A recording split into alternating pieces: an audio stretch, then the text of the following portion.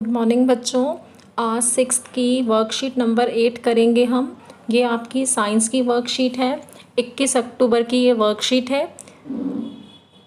इस वर्कशीट में हम संतुलित आहार के बारे में पढ़ेंगे। पिछली जितनी भी हमने इस चैप्टर की वर्कशीट्स करी उसमें हमने पोषक तत्वों के बारे में पढ़ा, आहारी रेशे और पानी किस तरह से हमारे शरीर के लिए उपयोगी हैं, ये सब जाना। तो आज हम संतुलित आहार के बारे में पढ़ेंगे। चलिए वर्कशीट शुरू करते हैं। अच्छे स्वास्थ्य के विकास और रखरखाव के लिए हमारे आहार में वह सभी पोषक तत्व होने चाहिए जो हमारे शरीर को सही मात्रा में चाहिए। एक का बहुत अधिक और दूसरे का बहुत कम नहीं होना चाहिए। वह आहार जिसमें पर्याप्त मात्रा में रुक्षांश और पानी के साथ सभी पोषक तत्व सही मात्रा में होते हैं संतुलित आहार कहलाता है। आपको इस में बताया जा रहा है कि संतुलित आहार क्या है। अच्छे स्वास्थ्य के लिए, ठीक है, हमारे आहार मतलब भोजन में वो सब पोषक तत्व होने चाहिए और सही मात्रा में होने चाहिए। ऐसा नहीं हो कि हमारे भोजन में एक पोषक तत्व तो बहुत ज़्यादा मात्रा में है और दूसरा पोषक तत्व बहुत कम मात्रा में है या है ही नहीं। पोषक तत्व हमने जो पढ़े, कार्बोहाइड्रेट, प्रोटीन, वसा, विटामिन, खनिज एवं लवण। तो वो भोजन, वो आहार जिसमें पर्याप्त मतलब सही मात्रा में रुक्षांश जो हमने पढ़े, आहारी रेशे और पानी के साथ सारे पोषक तत्व सही मात्रा में हों। ठीक है, पर्याप्त मात्रा में आहारी रेशे भी और पानी भी और सारे पोषक तत्व भी सही मात्रा में हों, वह आहार, वह भोजन संतुलित आहार कहलाता है।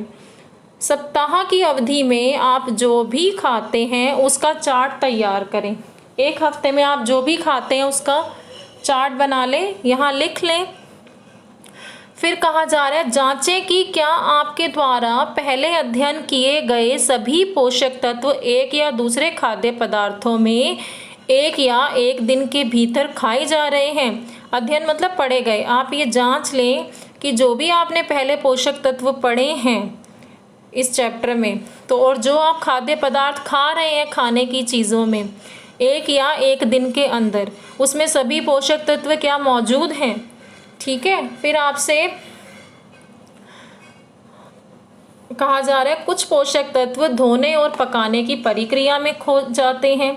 चावल और दालों की बार बार जब धुलाई होती है तो उनमें मौजूद कुछ विटामिन और खनिज निकल सकते हैं।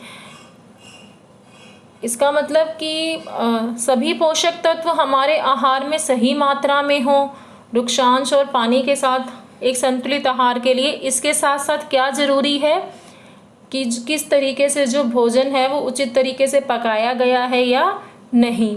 तो कुछ पोषक तत्व तो ऐसे होते हैं जो धोते समय या पकाने की प्रक्रिया में खो जाते हैं, जैसे चावल है, दालें हैं, जब इनकी बार बार धुलाई होती है तो इनमें मौजूद विटामिन और खनिज है वो निकल सकते हैं।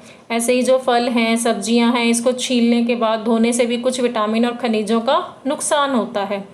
यदि खाना पकाने के दौरान अतिरिक्त मतलब एक्स्ट्रा वाटर जो है, अतिरिक्त पानी का उपयोग किया जाता है अगर खाना पकाने के दौरान और फिर वो फेंक दिया जाता है पानी, तो भी कई उपयोगी प्रोटीन और खनिज काफ़ी मात्रा में खो जाते हैं। खाना पकाते समय अगर ज़्यादा पानी का इस्तेमाल हो गया है और वो पानी फिर फेंक दिया जाए तो कई उपयोगी प्रोटीन और खनिज भी खो जाते हैं।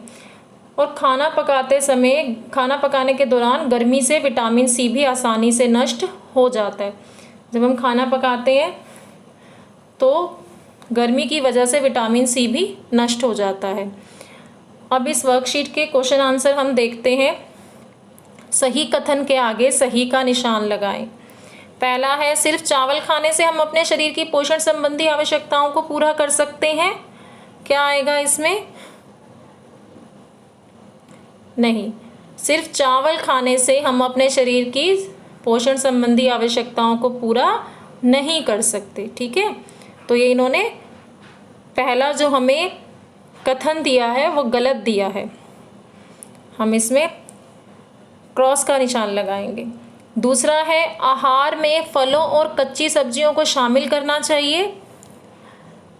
तो हाँ, आहार में फलों और कच्ची सब्जियों को शामिल करना चाहिए।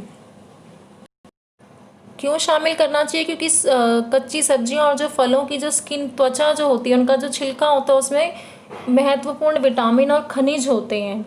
ठीक है, और कच्चे फल और सब्जियों को खाने से अच्छे से भोजन पचाने में हेल्प मिलती है। इसमें ज़रूरी पोषक तत्व होते हैं जिससे हमारे शरीर को भरपूर पोषण मिलता है।